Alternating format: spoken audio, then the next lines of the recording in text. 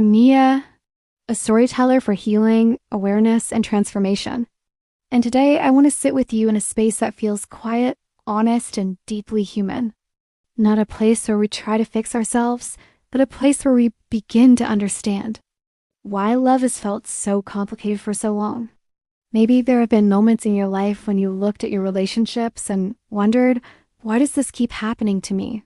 Why do I keep meeting the same kind of person, even when they have different faces, different stories, different beginnings? Why do I feel lonely even when I am not alone? Why does love, something that is supposed to feel warm and safe, sometimes feel heavy, confusing, and even painful? And maybe a part of you has tried to move on, to grow, to become more aware, and one that feels like you have been here before. And I want you to know this is not random. This is not because you are broken. This is not because you are unlucky in love. This is because somewhere inside you, there is a story that began long before you knew how to name it. A story that was written in moments when you were very young, when you did not have the language to explain what you felt, but your body remembered everything. The way love was given to you, the way it was withheld, the way it felt safe or unsafe, consistent or unpredictable. And as a child, you were not analyzing these experiences. You were absorbing them. You were learning, quietly and deeply, what love means. There is a younger version of you that still exists even now. Not in the past, not somewhere far away, but right here, living inside your emotional world. That younger self is not concerned with logic or timing or compatibility. That younger self is concerned with one thing only: feeling safe in love. And here's where it becomes important. But your system does not know the difference. It only knows what is familiar. So if love once felt like waiting, you may find yourself waiting again. If love once felt like trying to prove your worth, you may find yourself doing more, giving more, hoping that this time it will be enough. If love once felt distant, not because you want to suffer, but because something inside you recognizes that feeling and says, this is what love feels like. Not consciously, not intentionally, but emotionally. Repeated over time until they feel like truth. Asterisk, there is also a powerful misunderstanding that many people carry about love. We often think that love should feel intense, exciting, full of emotion. And while there is nothing wrong with passion, intensity is not always a sign of connection. Sometimes it is a sign of activation. It is your nervous system responding to uncertainty, to inconsistency, to the fear of losing something, that feeling of constantly thinking about someone, of wondering where you stand, of feeling high when they are close and low when they are distant. It can feel like love, but often it is anxiety. It is your system trying to find stability in something that is not stable. Real connection feels different. It feels calm. It feels steady. It feels safe. And for many people, that can feel unfamiliar at first, even uncomfortable, because it does not match the emotional patterns they have known. So they might walk away from something healthy, thinking there is no spark, and move towards something chaotic, thinking that is where the connection is. And again, the pattern continues, but here is where everything begins to shift. The moment you become aware, it is not just about this person. It is something deeper. Awareness does not immediately change your behavior, but it creates space. And in that space, you have the possibility to choose to stay present with yourself, to choose to listen to your needs instead of ignoring them, to choose to recognize when something feels familiar but not healthy, to choose to respond instead of react. And this is not easy work, because it requires you to feel things you may have avoided for a long time, that feel afraid, but is also the beginning of something new. Because once you see the pattern, you cannot unsee it. And once you begin to choose differently, even in small ways, you start to change the direction of your relationships. You are no longer just repeating the past. You are creating something new. And this is how cycles are broken. Not in one big moment, but in many small, conscious choices. Each time you honor your truth, each time you walk away from something that does not meet you even when it is difficult, because breaking the pattern is not about becoming someone else. It is about returning to yourself, the version of you that does not need to chase, to prove, to overgive in order to be loved. The version of you that knows your needs are valid, your feelings matter, and your presence is enough. And as you begin to live from that place, something changes. Not just in you, but in the kind of relationships you create. Because you are no longer choosing from the same wound. You are choosing from awareness. And that is where a different kind of love begins. Not one that feels like a repetition of the past, but one that feels like a new experience. One where you are not losing yourself to keep it, but finding yourself within it. So if you have ever felt like you are repeating the same story in love, I want you to hear this clearly. You are not stuck. You are not broken. You are simply becoming aware of something that has been there all along. And awareness is the first step toward change. You don't need to rush.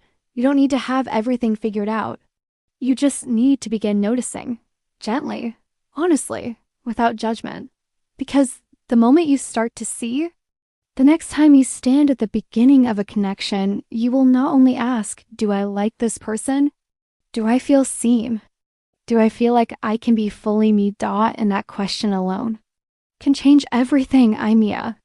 Not just to understand love on the surface, but to begin seeing the invisible forces that shape the way you connect, the way you react, and the way you sometimes lose yourself without even realizing it, because awareness is where it begins. But what if it is not about choosing wrong, but about choosing familiar?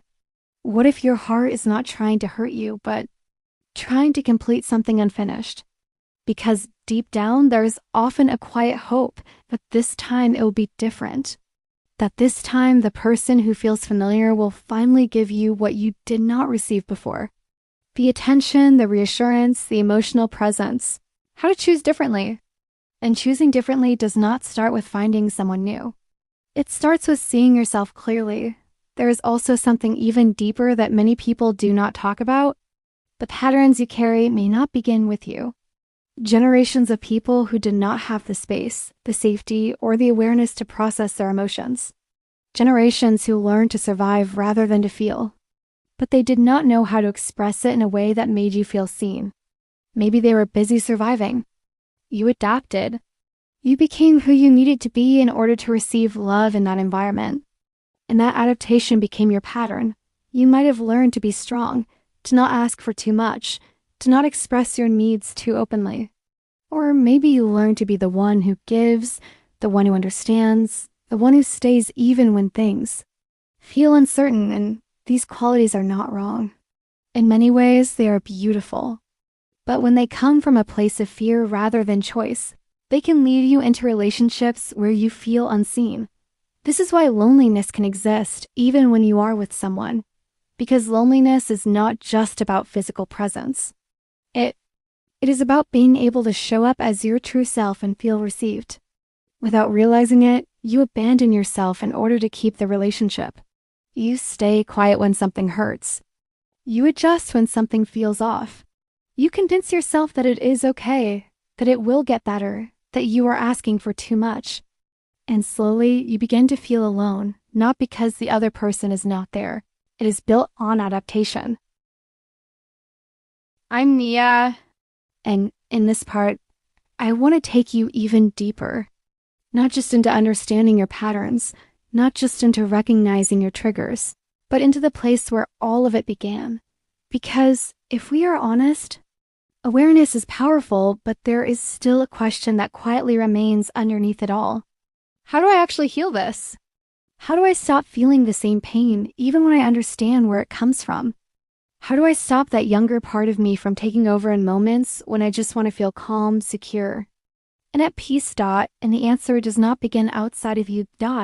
It begins with the part of you that has been waiting for your attention for a very long time. Your inner child, not as a concept, not as an idea, but as a real emotional presence inside your body.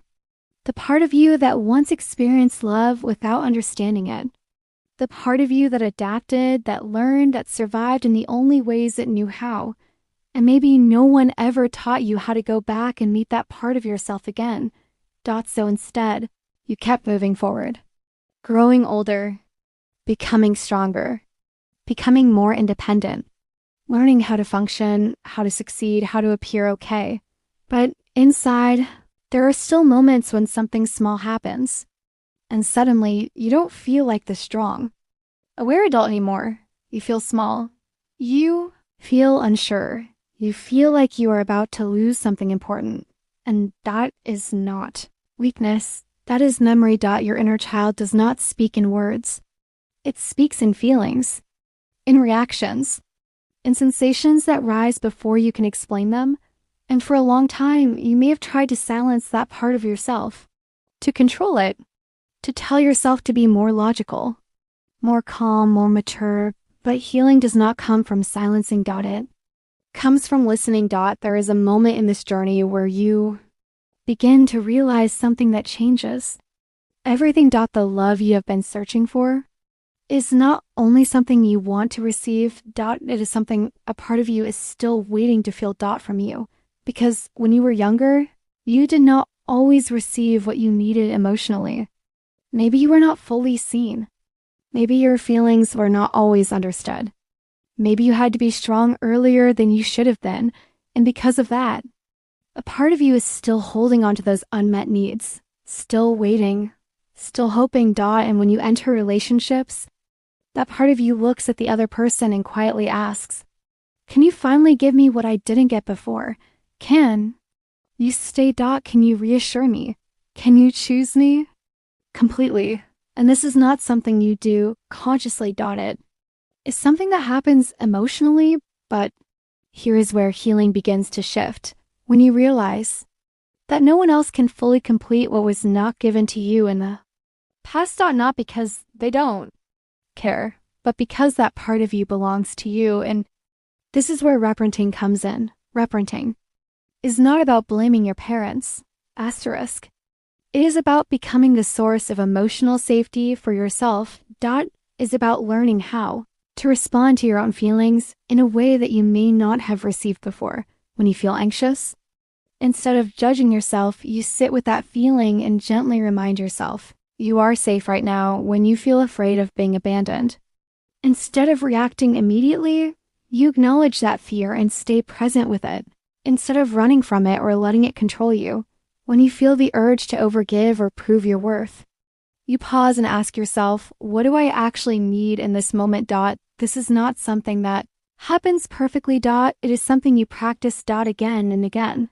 And slowly, something begins to change. That younger part of you starts to feel less alone, because for the first time, someone is listening, and that someone is you. There is also a deep layer of healing that goes beyond your personal experience. The patterns you carry may have been passed down through generations, ways of loving that were shaped by survival, by emotional suppression, by environments where vulnerability was not safe. Maybe in your family, emotions were not openly expressed. Maybe love was shown through responsibility rather than affection. Maybe people stayed in relationships not because they felt connected, but because they felt they had to.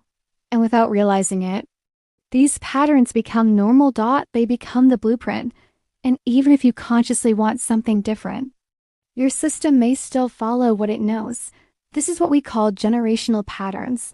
And breaking them is not about rejecting your family. It is about becoming aware of what has been carried and choosing what you want to continue and what you want to release.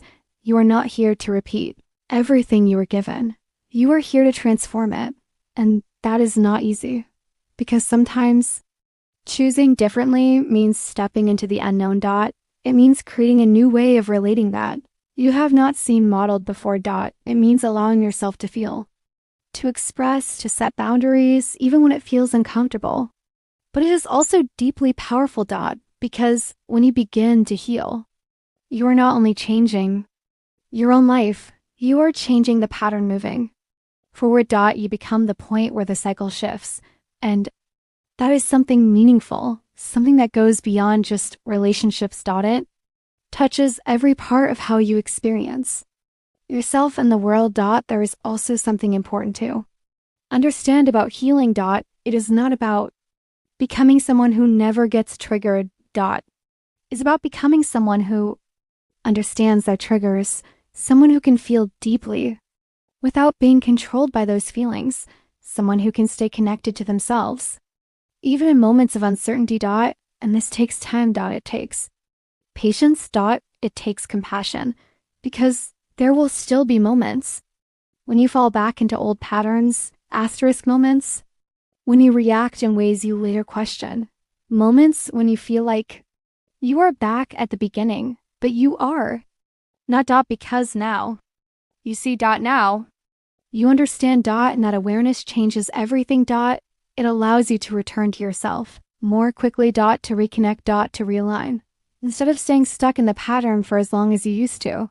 And over time, those patterns lose their intensity. They no longer define your relationships. They become something you have moved through, rather than something you are trapped in. So if you are on this journey right now, I want you to be gentle with yourself. You are not just learning how to have better relationships. You are learning how to create a different relationship with yourself, one that is based on understanding, presence, and care. And from that place, everything else begins to change. Way you choose, the way you respond, way you allow yourself to be loved, because you are no longer coming from a place of lack. You are coming from a place of connection. With yourself. And that is where real healing begins. This is Mia, and you are doing deeper work than you may even realize. Asterisk, I'm Mia, and if you've stayed with me until this moment, then something inside you is no longer the same as when you first started listening. Maybe it's not something you can fully explain yet. Maybe it's just a quiet awareness, a soft clarity, a sense that you are beginning to see yourself, your patterns, and your relationships in a different light. And this is where everything begins to come together. Because understanding your past, recognizing your triggers, and reconnecting with your inner child, all of that leads to one very important question. What does it actually look like to love from a healed place? Not a perfect place, not a place where you never feel fear or uncertainty again, but a place where you are no longer losing yourself in the process of trying to be loved. Because many people think that healing means they will suddenly attract a completely different kind of person, and everything will feel easy, effortless, and without challenge. But the truth is more real than that. Healing changes the way you show up. And because of that, it changes what you accept, what you walk away from, and what you are available for. It's not that you will never meet emotionally unavailable people again. It's that you will recognize them sooner. It's not that you will never feel triggered again. It's that you will understand what is happening inside you and respond differently. And that is where everything shifts, because a healed relationship is not defined by the absence of difficulty. It is defined by the presence of awareness, honesty, and emotional safety. It feels different, not necessarily more intense, but more grounded. More consistent, more real. There is a sense of calm that may feel unfamiliar at first, a sense that you don't have to constantly question where you stand. You don't have to overthink every message. You don't have to analyze every change in tone, because the connection is not built on uncertainty. It is built on clarity. And clarity is something that many people are not used to, because when you have spent a long time in patterns of inconsistency, clarity can feel almost strange, even uncomfortable. You might find yourself wondering, is this enough? Is something missing? Where's the excitement? But what is actually missing is the chaos your system has been used to. And as you continue to stay in that space of calm connection, your body begins to adjust. It begins to understand that love does not have to feel like a constant emotional wave. It can feel steady. Safe. Present. And in that space, something very important happens. You begin to show up more as yourself, version of you that is honest. Open, grounded, And from that place, communication changes. You say what you feel. You express what you need. Not with fear, but with clarity. Asterisk, this is Mia. And this is not the end of your story. This is the beginning of a different way of loving.